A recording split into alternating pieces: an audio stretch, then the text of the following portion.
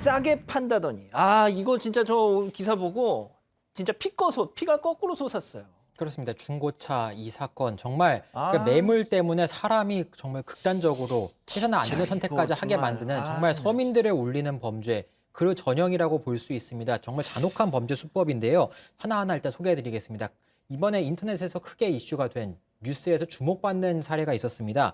피해자가 60대 남성입니다. 농번기에는 일을 했고요. 그리고 그 외에는 석공업에서도 같이 종사를 하는 여러 가지 일을 하면서 어렵게 사는 사람이었습니다. 7남매 중에 둘째였는데 이 둘째였던 이 남성이 동생들 뒷바라지를 하기 위해서 일용직 노동자로 전전했다고 해요. 그러면서 이 매물을 보고 놀랐습니다. 왜냐하면 중고차 매물 중에서 이 300만 원에 올라온 매물이 있었어요. 1톤짜리 트럭인데 이 트럭이 석공 일을 하는데 꼭 필요한 트럭이었던 겁니다. 근데 매물보다 훨씬 싸니까 이걸 사면 내가 일을 하는데 편하겠다라고 만족했어요. 그래서 이 중고차를 거래하러 갔더니 알고 보니까 사기였습니다. 사기 허위 매물이었고요. 갑자기 몸에 문신을 한 남자들이 자신들이 협박하면서 어딘가로 데려가더니 다른 트럭, 700만 원짜리 트럭, 2배가 넘는 금액이죠. 아이고. 이런 트럭을 강매했다는 겁니다.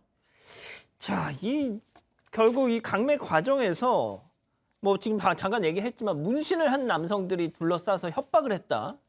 자, 네. 구체적으로 좀 어떤 피해를 당하셨던 거예요? 일단 경찰이 확인한 바에 따르면 이 피해자는 중고차 사기단 일행에게 수도권 중고차 매매단지에서 한 8시간 정도 차량에 감금된 채 아이고. 협박을 당했다고 합니다. 이 사촌 동생이 언론에 인터뷰를 좀 한 게 있는데요. 그 내용을 살펴보면은 이 사기단 일행이 자신의 형, 그러니까 피해자죠. 피해자에게 눈을 가리고 강매를 했다. 이걸 사지 않으면은 뭐 가만두지 않겠다. 이런 식으로 협박을 했다는 거죠. 그뿐만 아니라 쓰지도 못하는 차량을 결국 가져왔는데 돈도 뺏기고 할부비까지 늘어나서 억울하다는 이야기만 피해자가 했다. 이렇게 전했습니다. 이 피해자가 700만 원을 주고 트럭에서 이런 선택을 한 것으로 파악이 되고 있습니다. 우리 가족 여러분들도 아시겠지만 유튜브 같은 데 들어가서 뭐 중고차 허위 매물 피해 뭐 이런 거 검색해 보시면 정말 무수히 나옵니다. 예, 무수히 나오고 정말 많은 분들이 피해를 호소하고 있고 하지만 결국 그러다 이렇게 극단적인 선택을 하신 분까지 나오신 건데 자, 교수님 일단 그 진짜 오죽했으면 말이죠. 이런 선택을 하셨겠어요, 진짜. 예? 그러니까 뭐 지금 돈으로 따지면 400만 원 정도잖아요. 그렇기 때문에 어떤 분들 혹시 시청자분들 중에는 400만 원으로 이렇게 극단적 선택까지 할 정도로 이게 큰 돈이냐 이렇게 생각하실 분이 있을 것 같아요.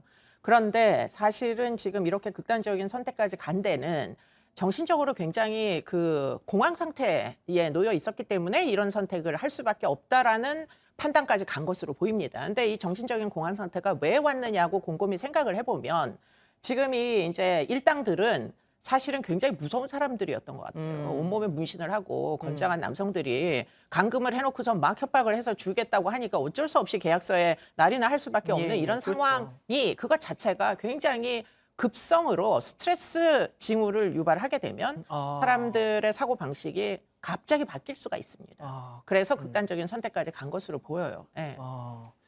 이제 앞서 보여주셨던 그 영상 다시 한 번만 보여주시겠습니까? 피해자분이 중고차 이 매매상들한테 어디론가 저렇게 끌려간 아무튼 같이 이동하는 모습이 지금 CCTV 영상이 나오고 있는데 자, 유서와 휴대전화를 통해서 경찰이 이제 이 단서를 잡은 건데 보니까 홍 기자 정말 이게 이건 조직이다 싶을 정도로 철저히 분업화돼 있더라고요. 그렇습니다. 한두 명이 단순하게 저지른 범행이 아니고요. 우발적이지 않고 정말 계획적이었습니다. 왜냐하면 아까 문신남들, 문신을 한 사람들이 여러 명이 협박했다고 했잖아요. 협박을 전담하는 사람이 있고요. 그리고 텔레마케팅을 하면서 이렇게 중고차를 파는 사람들이 있고요. 딜러인 척 가서 유인하는 사람이 따로 있고 팀장이 따로 있습니다. 보이스피싱이랑 거의 똑같아요. 그렇게 조직적 구조로 좀 팀을 나눠서 계속해서 사람들을 악질적으로 돈을 뜯기 위해서 노력했습니다.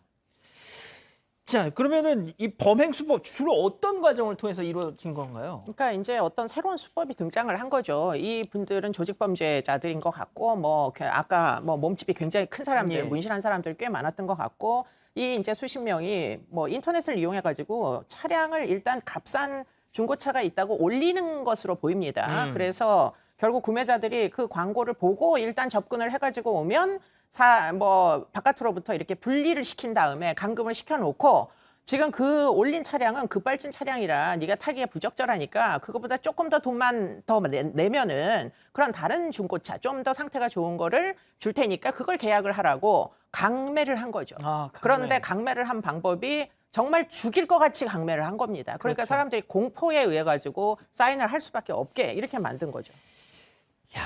참, 이게 말이죠, 변호사님. 제가 앞서도 말씀드렸지만 진짜 그 검색해 보면 뭐 이 중고차 허위 매매 피해 사례 뭐 무수히 나오거든요. 이거 왜 이게 근절이 안 되는 걸까요, 이거? 일단 피해자를 탓하기보다 이런 일을 하는 사람을 먼저 탓해야 되고요. 당연하죠. 예, 그리고 또 그러면 왜 이런 사람들이 줄어들지 않고 계속 늘고 있는가? 상대적으로 손쉽게 돈을 벌 수 있기 때문입니다. 실제로 계속해서 성공을 하고 있고요. 성공을 한다. 네, 그리고 또 이런 일을 하는 사람들 중에 처벌로 연결되는 경우보다 무사히 계속해서 범행을 하는 사람이 훨씬 더 많기 때문이겠죠. 또 이런 유형의 범죄의 피해자들이 겪는 고충이 더 있어요. 왜냐하면 일단 심리적인 타격이 크고요. 또 가족들에게도 말을 잘 못합니다. 왜냐하면 또 이제 질책을 받고 또 아. 꼬중을 듣고 이거 이 네. 칠치 못해가지고 이렇게 이런- 뉴스에 나오고 방송에 나오고 주변 사람 다 얘기하는 건데 너는 왜 당했느냐? 그렇죠. 라는 질책이 두렵고 민망해서 얘기를 못하는 경우가 많습니다. 이게 결국은 자기 자신을 자책하게 되고 그렇죠. 이렇게 극단적인 선택으로 연결되는 수도 있는 것이고요. 또 보복 우려도 있어요. 음. 실제로 정말 보복이 이루어지는지 여부와 별개로 음. 이 범행 자체가 굉장히 수위 높은 수준의 협박, 공갈 등이 병행되기 때문에 사실 여기에 대해서 좀 심리적으로 굉장한 억압이 이제 발생할 수밖에 없는 것이죠. 따라서 뭐 당연히 이게 뭐 사기든 공갈이든 요 처벌을 받아야겠습니다만 이번 범죄는 뭐 사기 수준이 아닌 것이고 그렇죠. 그리고 또 이게 조직 범죄입니다. 그래서 아, 그렇죠. 최근에 뭐 보이스피싱이나 유사수신이나 지금 또는 검거 장면이 나가고 있습니다. 네네 이런 그 중고차 관련된 범행을 이제 범죄 단체는 아닐지 몰라도 범죄 조직으로 본 대법원 판례가 나오고 있거든요. 따라서 엄한 처벌을 할 수 있는 배경은 이제 형성이 된 상태인데 참 서민들의 피해가 커지기 때문에 이거 일단 강력한 조치를 모든 수사기관이 좀 취해야 될 것 같습니다. 알겠습니다. 자, 오늘 사건 이렇게 짚어봤고요.